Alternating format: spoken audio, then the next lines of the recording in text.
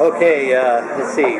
Team Sound Skimmer, Ralph Allen and Ian Allen, my son. I did this last year in a smaller boat.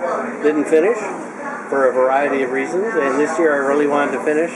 Had a lovely new boat, St. Lawrence River Skiff, built locally here, and I roped Ian in, I don't know, about 6 months ago. Said, hey, why don't we go do this? I could use some help. Yeah. I was a shore crew last year. Yeah, that's right. Yeah. Didn't get a whole lot of training time in, so I can't say we were in the best shape we should have been. But we got enough in to realize how to row together in the right positions, and got that all pretty well worked out. And the race was terrific.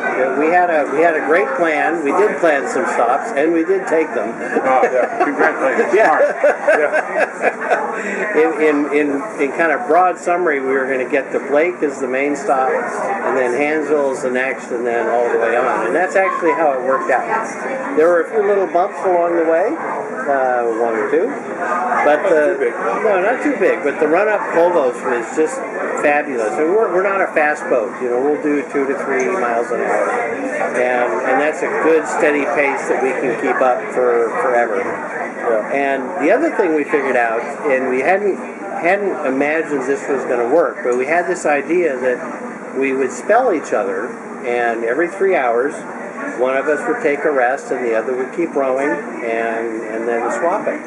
And we actually found positions in this boat where the first one, he slept for an hour. Yeah, right. He was snoring, for God's sakes. I couldn't believe it. Yeah, he was pissed.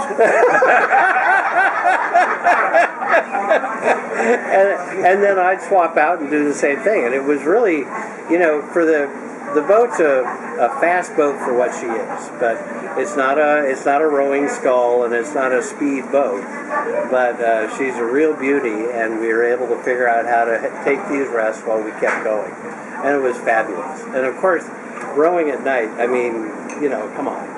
Far preferred to rowing during the day, in my opinion. That's right. You're rowing back. Yeah. Oh yeah. We're facing back. Look into a mirror. Well, no, I don't use mirrors. No, this is a fixed seat boat. It's a very particular. But kind of a traditionalist when it comes to these things. Kind of an old fart with If mirrors, he might use like a polished aluminum, like a dish plate or something. That might have existed in the 1700s. Anything that was around that time. That is acceptable. Brass, exactly. wood. That's right. That's about it. And our oars, I got it. The guy who built the boat, a guy named Tom Reagan, Great Viewpoint Boat Works. This guy is an absolute master craftsman. And after the last year's race, and other adventures, I decided I wanted a bigger boat for a bit more adventuring.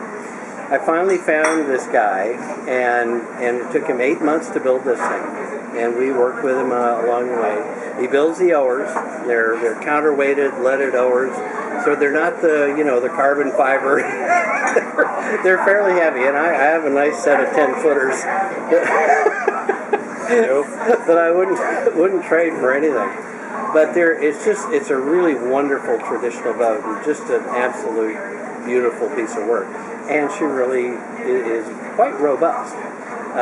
So we took a lot of, there was quite a bit of different weather along the way, and I tested her out in some pretty severe conditions, and she actually behaved really well.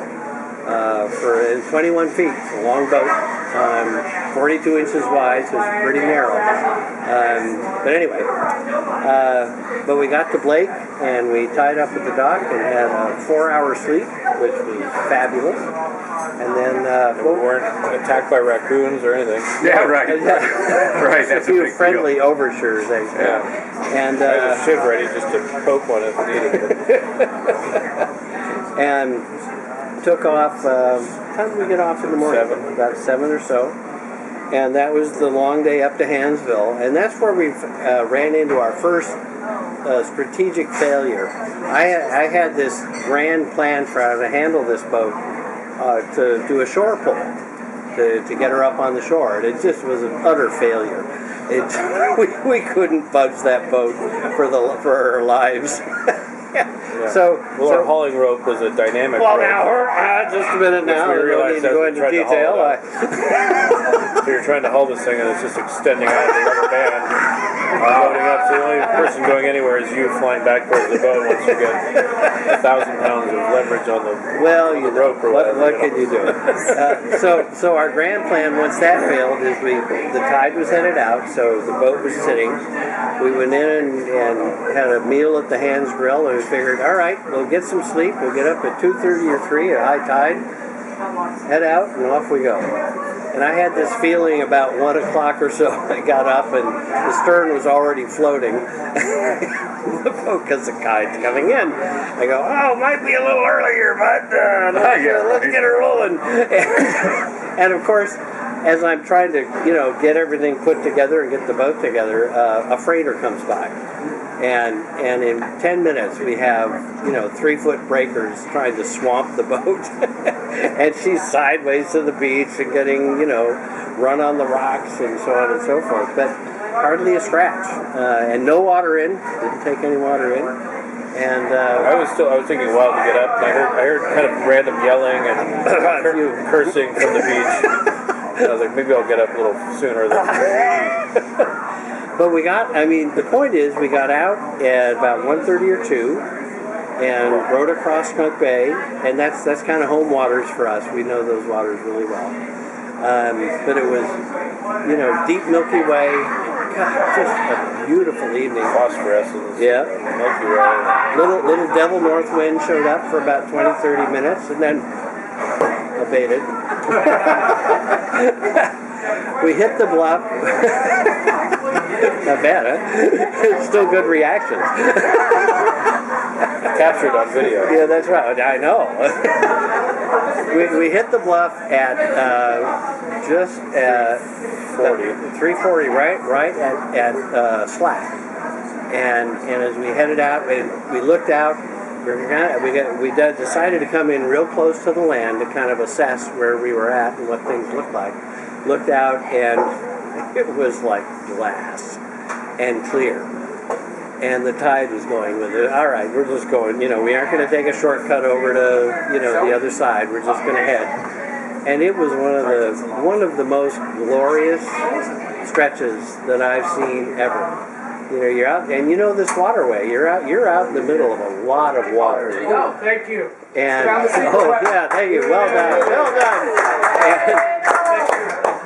And we're out in the middle of this, and it's just. And I turned to Ian. I've told him this. He's probably sick of hearing it, but the reason I do these things is for moments like that. You get out in the middle of this magnificent place that we're so lucky to live in, and it's just like. Here's the dawn light just spread across the entire Cascade Range from orange to blues, and it's like, where do you see that? I mean, come on, where do you experience that? And that's what it's all about for me. It's what keeps me coming back. So we get And in between that, they're talking to the elephant seals or the. Oh, well, yes, that's right. Lions. Well, we all, the seals. You say you're in it for the hallucination. Yeah. And this year, there was no hallucinations. I think he had the nutrition dialed in. Last year, that's a whole other story. I was in charge of the nutrition this year. I think it helped quite a bit. Yeah. Kind of missed it, actually, but, probably better off for it. No spirits or things emanating from the ocean. No, that's right. So we get across, and we're making that pull up to the tip of Marrowstone, and we're dead on. We're right down the gut, headed for the canal, and the fog comes in, and it's like, oh shit. And it wasn't very long before we couldn't see any shore at all. So we still had we could get our position, and we had our compasses, and so we really did pretty well, and hit the canal, and it was right with the tide, and then just managed our way up through the fog in the bay. Yeah, and couldn't tell if the pulp factory was a boat or a factory because it was so foggy. Right? Is that a boat or a? Yeah, that's right. Yeah. But just absolutely fabulous, and I'd do it again in a heartbeat. I mean, it's an experience like none other. We all know that. I mean, it's not news to any of us. And I don't know, anything to add? I don't think so. It sounded pretty good. All right then. There it is. What was it when you came in? About 9 or 10. 9:13 a.m. Yeah, something like that. On Sunday, not Monday. The Yeah, Instagram said that they didn't get a photo of us. They said no photo finished, but they arrived Monday at 9 a.m. I'm like, Sunday! Outrageous! For the love of God, Sunday. Hold on to Dave!